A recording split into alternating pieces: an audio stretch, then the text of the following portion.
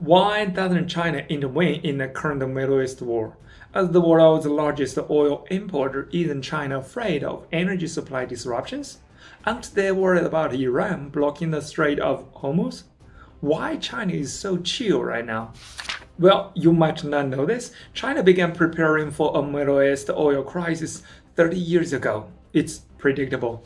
By the way, China has no military allies, only business partners. It dislikes wars, has repeatedly called for ceasefires to all sides, and has no intention of getting involved militarily. For the current oil crisis in the short term, China will certainly face some negative impact. But if international oil prices remain high for a long term, China could actually become the winner. Strange, right? Well, that's the interesting part about dynamic equilibrium. From a short-term perspective, Europe, Japan, South Korea, and other highly oil-dependent countries are panicking like ants on a hot pan. Even the United States, the world's largest oil exporter, is freaking out, releasing strategic reserves to calm the public, granting exemptions for Russian oil, and even considering sending ground troops to seize control of the Strait of Hormuz. In contrast, China hasn't even touched its strategic reserves yet. This confidence comes from the more than 30 years of long-term planning. Let me tell you a secret, my friend. China holds 4 key cards in its hand. Number 1, massive crude oil reserve system. Most countries store oil in simple above-ground tanks. No technical threshold, easy construction, but limited capacity, low safety, and easily monitored or even bombed. China mainly uses much harder underground storage. In Shandong, Liaoning, Zhejiang, Guangdong, and other provinces, engineers hollow out mountains and inject hundreds of millions of barrels into deep rock layers, hundreds of meters underground. Then flood the surrounding rock fissures with water. You know it, right? Oil and water don't mix. Sealing the oil tightly. This method offers huge capacity, high safety, and is extremely difficult for outsiders to detect or destroy accurately. China has built the world's largest crude reserve system, so how much exactly? Well, it's classified. But whenever international oil falls below $60 per barrel, China buys heavily. It estimates put China's reserves at 1.2 to 1.4 billion barrels, enough for at least 180 days minimum. For comparison, the IEA safety line is 90 days. The US has about 130 days. China started this in the 9th 5-year plan and has now reached the 15th 5-year plan, built in phases from just around 10 days supply to today's 180 days. This is the result of long-term thinking and execution, but it's still not enough. So it leads to the second card, diversified import channels. China believes in don't put all eggs in one basket. Although total imports keep rising, source concentration is dropping fast. Even Russia, the largest supplier, accounts for less than 20%. In transportation, China doesn't rely solely on sea lanes. It has built multiple land-based corridors. China-Russia and China-Kazakhstan pipelines have been running steadily for years. China-Pakistan and China-Myanmar routes are advancing. Diversification reduces single-point risks. By comparison again, Japan is extremely vulnerable. Around 80% of its oil imports pass through the Strait of Hormuz, around 95% from the Middle East. So why hasn't Japan diversified? Well, we'll talk about Japan another time. It's complicated. These 2 cards solve supply security, but the real kill shots are the next 2. China directly reduced the entire country's dependence on fossil fuels, which leads to the third card, new energy transition.